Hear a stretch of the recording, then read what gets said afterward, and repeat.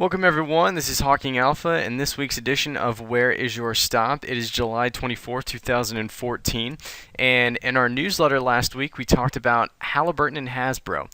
And the biggest thing that we're going to want to show today is essentially two names from two very different sectors and yet very similar price action. So as always, going to jump right in. We can see here with Halliburton that we had that huge sell-off in 2011 that we all know why.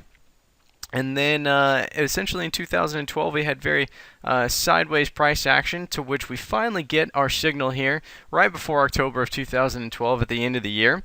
And obviously we see Halliburton fall off drastically from that point. Now a lot of people would be looking at that and they'd be saying that, oh, something was wrong, but we knew that our stops were outside of the volatility and outside of the noise, and so this is very much in the realm of probability.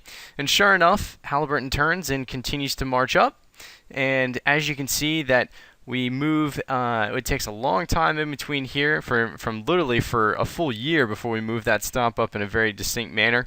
Once we do, price comes down to try to test it, and then we start moving up very quickly here in 2014. We haven't been moving by quarter, it's just that I wasn't able to draw a straight line. It would have looked like a trend line.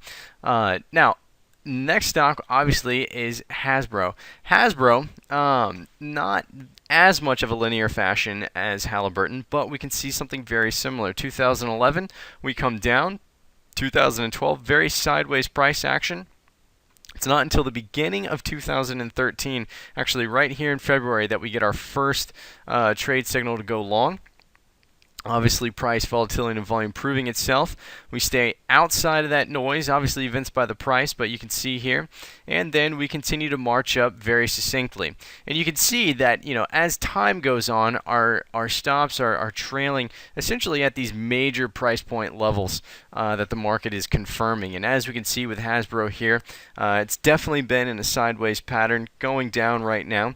Only time is going to tell on whether or not it decides to take out this price level right here around that kind of 47 and a half area.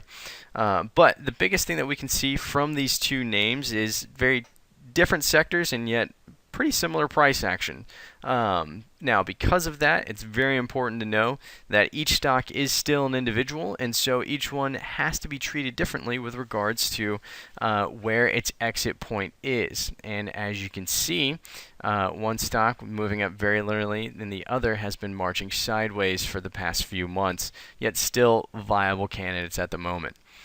As always, helping you guys stay outside the noise, beating random. If you ever have any questions or any stocks that you would like us to look at, like one client did with these two today, don't hesitate to reach out to us or send us an email. All right, guys, we will see you next week.